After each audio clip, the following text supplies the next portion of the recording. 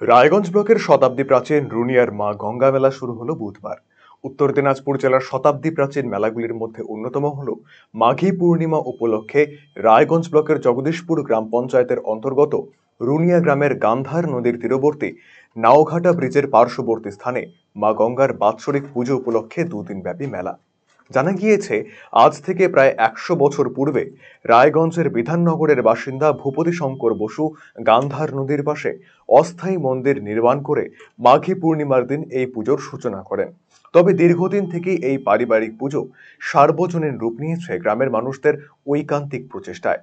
তবে শতাব্দী প্রাচীন এই মেলার ঐতিহ্যকে তার পূর্ব গৌরবের সাথে বজায় রাখতে এবারে বিশেষভাবে উদ্যোগী হয়েছেন হেমতাবাদ বিধানসভার বিধায়ক তথা পশ্চিমবঙ্গ সরকারের শিক্ষা রাষ্ট্রমন্ত্রী সত্যজিৎ বর্মন।